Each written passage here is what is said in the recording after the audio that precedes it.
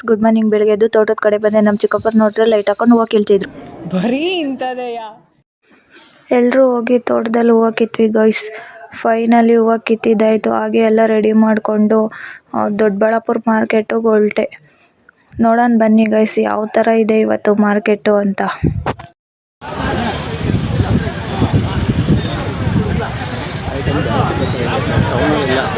ಎರಡು ದಿನದಿಂದ ಮೋಡ ಆಡ್ಬಿಡ್ತಲ್ಲ, ಹೂವು ಎಲ್ಲ ರೋಸ್ ಎಲ್ಲ ಜಾಸ್ತಿ ಆಡ್ಬಿಟ್ಟವೆ. ಒಂದು ಬ್ಯಾಗ್ ಸಿಗೋತ್ತಾಗ ನಮ್ಮವೇ 2 ಬ್ಯಾಗ್ ಸಿಕ್ಕವೆ. ಮೋಡ ಆಡ್ತಲ್ಲ 2 ದಿನ. ಇವತ್ತಿನ ಮಾರ್ಕೆಟು ಹೀಗಿತ್ತು ಗೈಸ್. ಅವತ್ತೆಲ್ಲ ಫುಲ್ ಡಿಮ್ಯಾಂಡ್ ಕಡಿಮೆ ಆಗೋಗ್ಬಿಟ್ಟು ಬೇಜಾರಾಗಿ ನಾವು ನಮ್ಮ ಅತ್ತೆ ಮನೆ ಕಡೆ ಬಂದೆ. ನಮ್ಮ ಅತ್ತೆ ನೋಡಿದ್ರೆ ಹೂವು ಕಟ್ಕೊಂಡು ಕೂತಿದ್ರು. ಹಾಗೆ ಊರಿಗೆ ಬಂದು ನಮ್ಮ ಅಮ್ಮನ ರೆಡಿ ಮಾಡ್ಕೊಂಡಿದ್ದೆ. ಈ ಅದೃಷ್ಟ ಯಾರಿಗೂ ಸಿಗಲ್ಲ ಗೈಸ್. ಸಿಕ್ಕಿರೋದನ್ನ ಉಪಯೋಗಿಸ್ಕೊಬೇಕು ಅಷ್ಟೇ. ಎಲ್ರಿಗೂ ಈ ಅದೃಷ್ಟ ಮಾತ್ರ ಸಿಗಲ್ಲ. ಅಲ್ಲೆಲ್ಲ ಮುಗಿಸ್ಕೊಂಡು ನಾನು ನನ್ನ ತಮ್ಮ ಮೆರವಣಿಗೆ ದೇವ್ರಿಗೆ ರೆಡಿ ಮಾಡೋಣ ಅಂತ ಬಂದ್ರಿ. ನೀವು ಅನ್ಕೊಬೋದು ಏನಿರಬೇಕು ಫಂಕ್ಷನ್ನು ಅಂತ.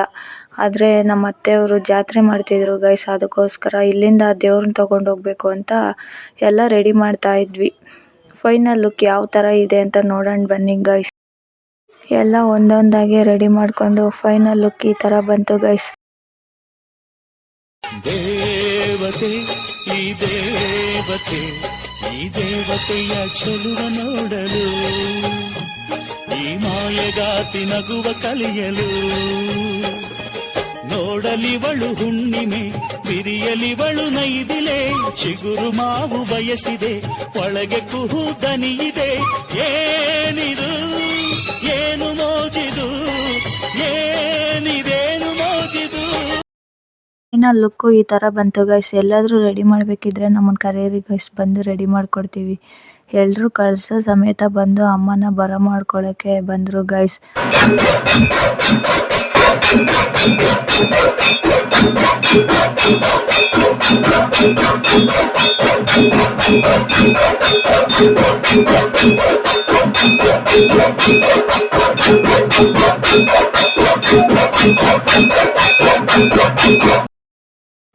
ನೀವು ಕೇಳ್ಬೋದು ಗೈಸ್ ಯಾವ ಊರಲ್ಲಿದೆ ಅಂತ.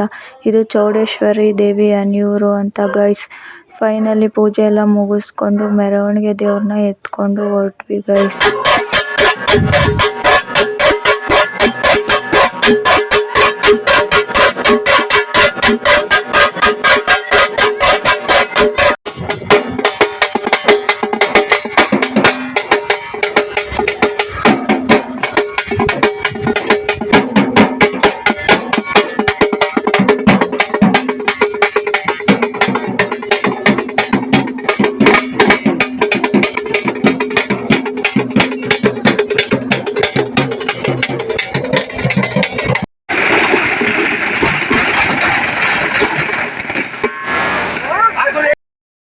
ಫೈನಲಿ ಎತ್ಕೊಂಡು ದೊಡ್ಡಬಳ್ಳಾಪುರಕ್ಕೆ ಹೊರಟ್ವಿ ಗೈಸ್. ಆರತಿ ಡೊಳ್ಳು ಮೇಳ ಸಮೇತ ಅಮ್ಮನ ಬರ್ಮಾಡ್ಕೊಂಡ್ರು ಗೈಸ್.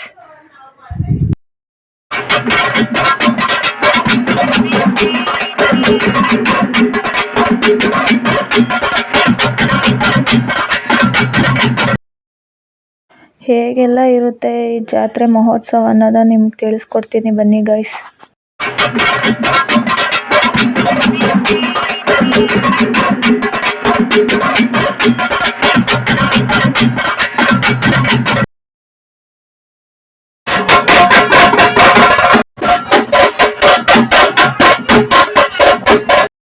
ಅಮ್ಮನ ಆರತಿ ಸಮೇತ ಬರ್ಮಾಡ್ಕೊಂಡ್ರು.